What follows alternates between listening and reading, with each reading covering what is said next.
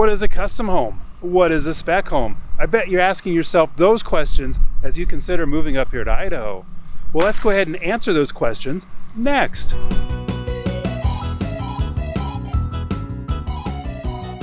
we're going to be talking about the process for buying a new construction home. Some people call it a spec build or a spec house, and we'll also be looking at semi-customizable houses. But before we get into that, I want to let you know that all of this information is in a very handy guide that you can find at my website, and the link is down below in the comments. So what is meant by a spec house? Well, this is a house that the builder has built without having a particular buyer buying it at this point. So this house might be just broke ground, or it might be completely finished and ready for someone to move in. And then a semi-customizable home. This is a home that hasn't been started yet, but it's essentially like every other house with the same floor plan and of this model, but you can go in and pick out your own features and finishes to make it just perfect for you. Now with this house, obviously it's not built yet because you haven't bought it yet. So it'll be starting from scratch, from getting permits, breaking ground and all that. So there's a longer period of time for that, and that can be good or it can be bad. So which way to go? Do you go with a spec home or do you go with a customizable home? It kind of depends obviously on what your needs are.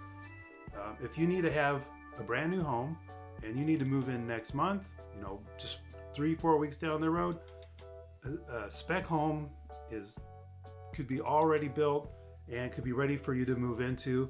Or if you have 2 to 3 months before you're ready to move, maybe you're selling your house wherever you are, but that's not enough time to have a home built. But maybe there's a spec home that's already built, or one that is going to be done in another 2 months or so. Maybe they're just now putting the cabinets in and they know exactly how long it's going to take. So whatever your schedule is going to have a big impact on what you go with. So we have one of the biggest builder in the state is CBH Homes, and right now they are all spec homes.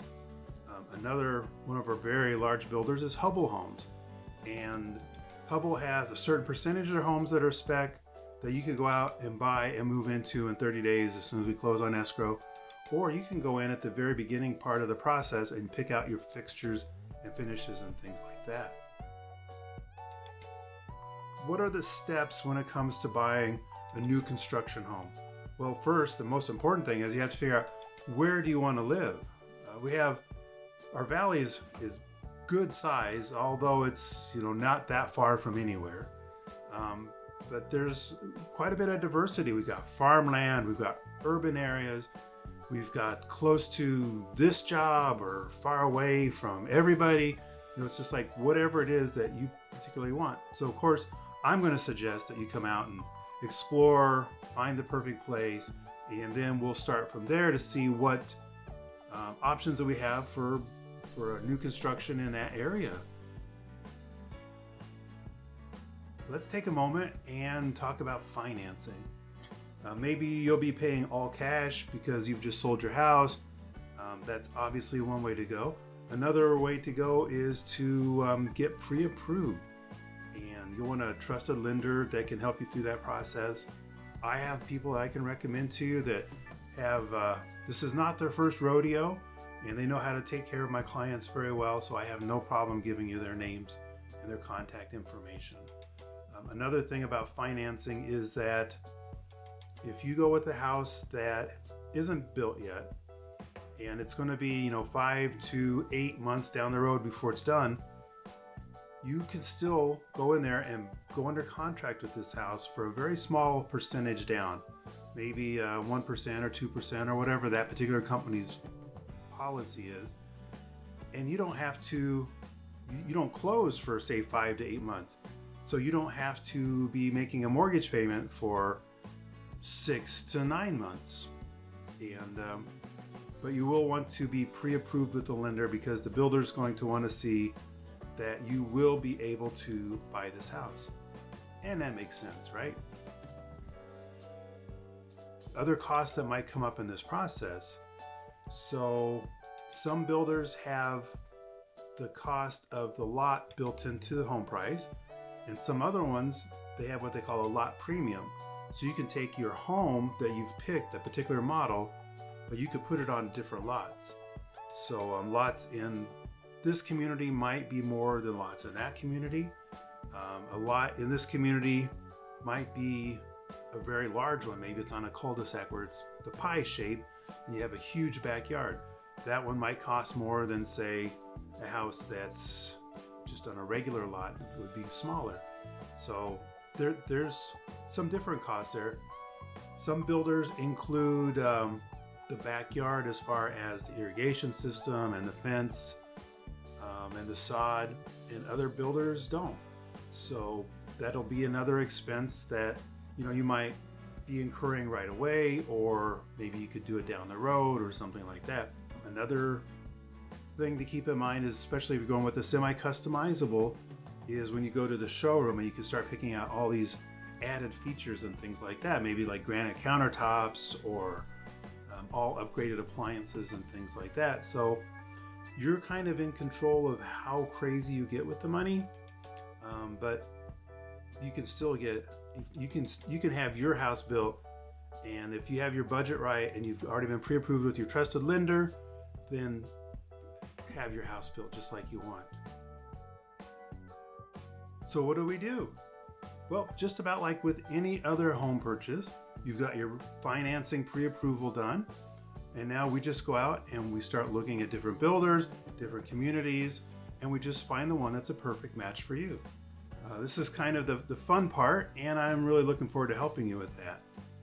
So we've gone under contract, we've got your house figured out, and now we're a couple weeks before closing. One of the things that I would highly suggest is that you have a third-party independent home inspector go out on your behalf and inspect this home. Now, it's a new build and there should be nothing wrong with it, but I have heard those horror stories from some good inspectors of houses where something wasn't connected right and it caused a big problem.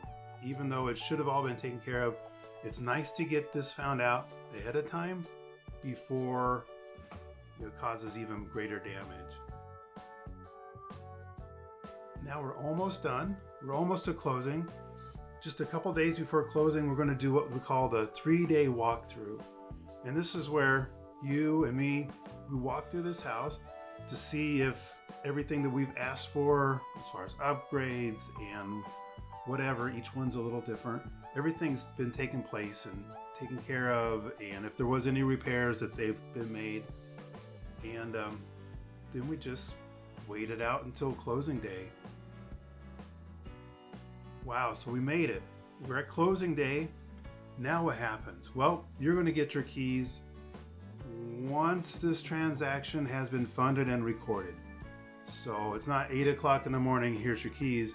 We have to wait for the county to actually record this transaction, and then that's officially yours. Another thing that you want to do now that it's your house is you're going to want to make your way down to the county to file your homeowner's exemption. If you're living in this house, then you get to take $100,000 off the assessed value of your property, and then that's what they charge you your property taxes on. So if you don't go file this paperwork, it's going to cost you quite a bit more at tax time. And now let's fast forward. We're into your first year. Your brand new house is typically covered by at least a 1 year's builder's warranty. So when you get up to month 11 or so, if there's anything that needs to be taken care of, make sure that you've got in touch with the builder. So a lot of them make it real easy. You can go to their website portal and put your request in there. And the builders are really good about sending people out and making everything right. So, but read your contract. Every builder's is slightly different. Another thing you'll want to make sure that you take care of in this first year is your lawn.